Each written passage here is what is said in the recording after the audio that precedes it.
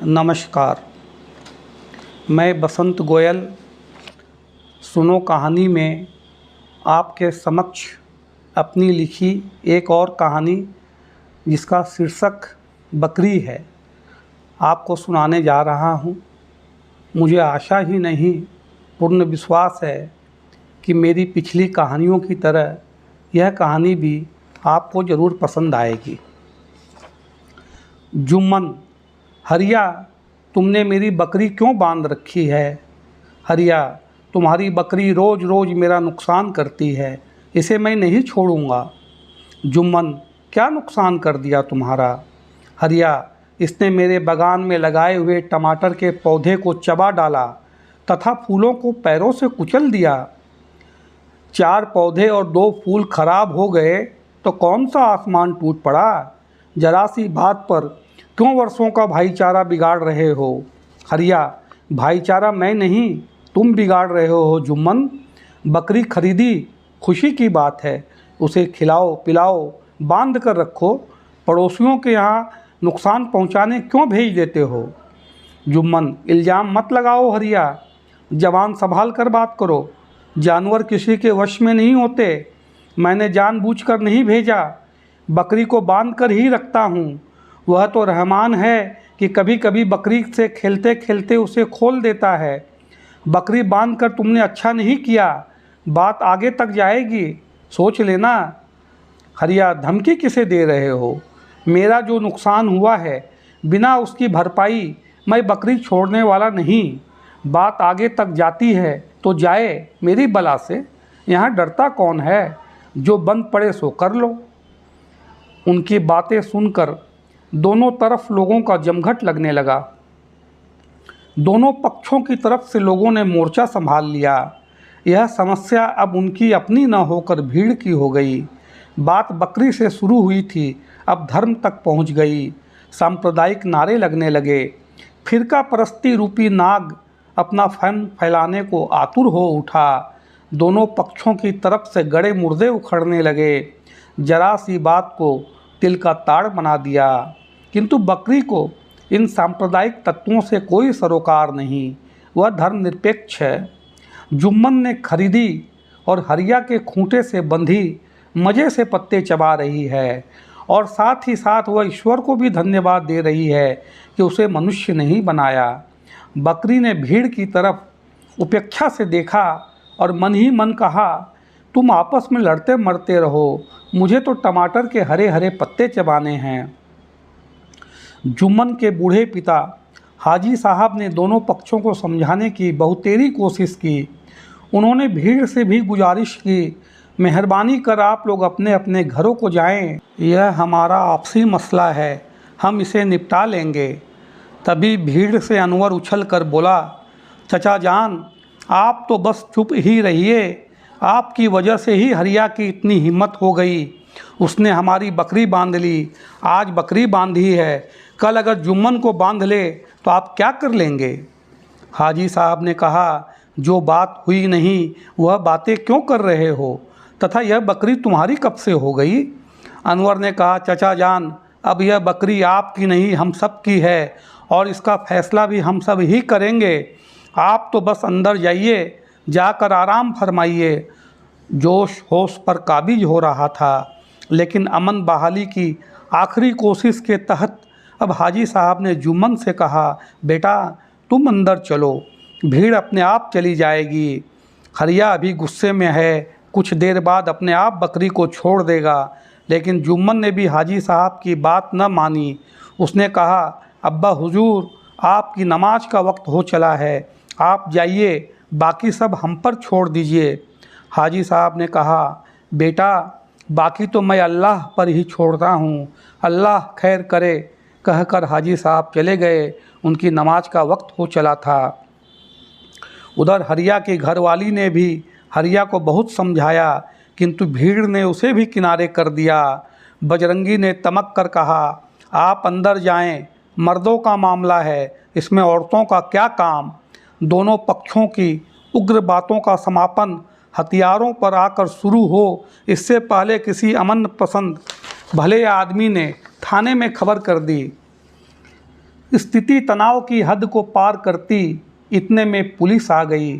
संबंधित पक्षों की बातें सुन थानेदार ने उन दोनों को बहुत समझाया, किंतु उनके नकली शुभचिंतकों ने उन्हें समझने न दिया। थाने के बाद मामला अदालत तक जा पहुंचा। जुम्मन ने हरिया पर बकरी चोरी का आरोप लगाया तो हरिया ने जुम्मन पर जानबूझकर बकरी के द्वारा सब्जी बागान को नष्ट करने तथा मानसिक रूप से प्रताड़ित करने का आरोप लगाया। अदालत ने हरिया को फैसला होने तक बकरी के खाने पीने का प्रबंध करने की हिदायत दी तथा उसकी समुचित देखभाल करने को कहा। अदालत का चक्कर लगाते लगाते जुम्मन और हरिया को 4 महीने हो गए। वे जब घर से निकलते थे तो फूले हुए गुब्बारे के समान दिखते थे और जब लौटते थे तो सारी हवा निकली हुई रहती थी। हरिया की घरवाली बकरी की सेवा से परेशान थी। जरा सी भूख लगती बकरी मैं शुरू कर देती। सारा काम छोड़ उसे बकरी के खाने का प्रबंध करना पड़ता। अदालत और बकरी के चक्कर में उसके घर अनाज के बर्तन खाली होने लगे। उस दिन की भीड़ में से एक भी आदमी उसे आज दिखाई न देता था। चढ़ जा बेटा सूली पर, भली करेंगे राम का संदेश दे, भीड़ ने भी किनारा कशी कर ली। उधर जुम्मन के घर कबाब, चिकन, पुलाव, बिरयानी की तो कौन कहे, दाल सब्जी के भी लाले पड़ गए।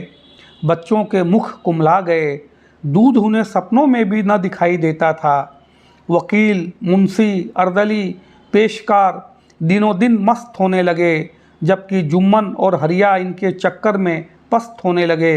दोनों ने कई बार अपने वकीलों से कहा, फैसला जल्दी करवा दीजिए, तो जवाब मिलता, कानून अपने तरीके से काम करेगा, तुम्हारी जल्दबाजी से नहीं। न्याय चाहते हो तो धैर्य रखो।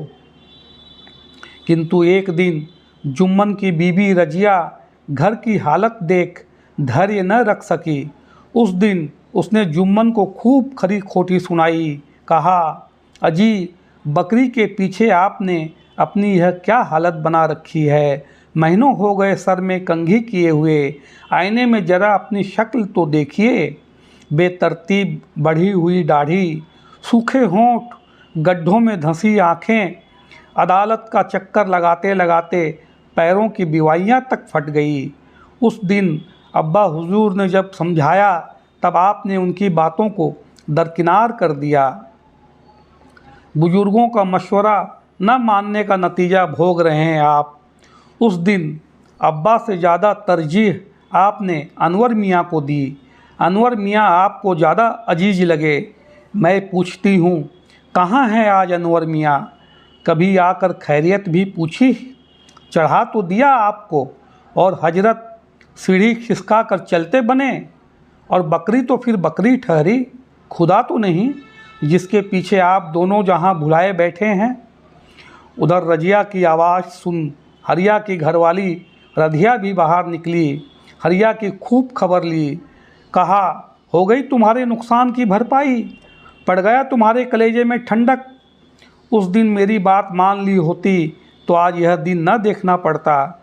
हरिया सर झुकाए रधिया की बात सुनता रहा। और कोई वक्त होता तो ये मर्द औरतों की सुनने वालों में से न थे, किंतु आज आफत रोटी पर आन पड़ी थी।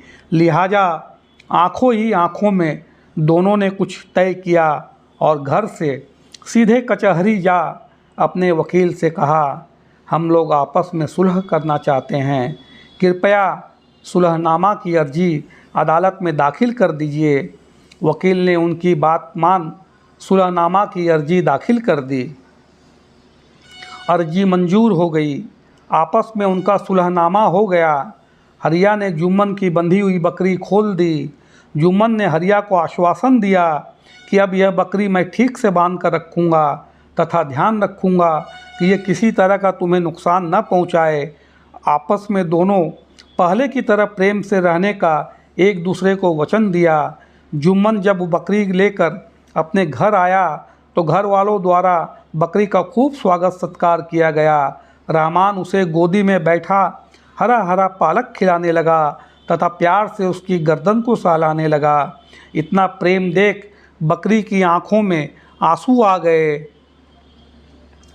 कुछ पल इधर उधर देखने के बाद छटपटाकर बकरी आंगन में गिर गई। शायद अधिक खुशी बर्दाश्त न कर पाने के कारण बकरी को दिल का दौरा पड़ गया।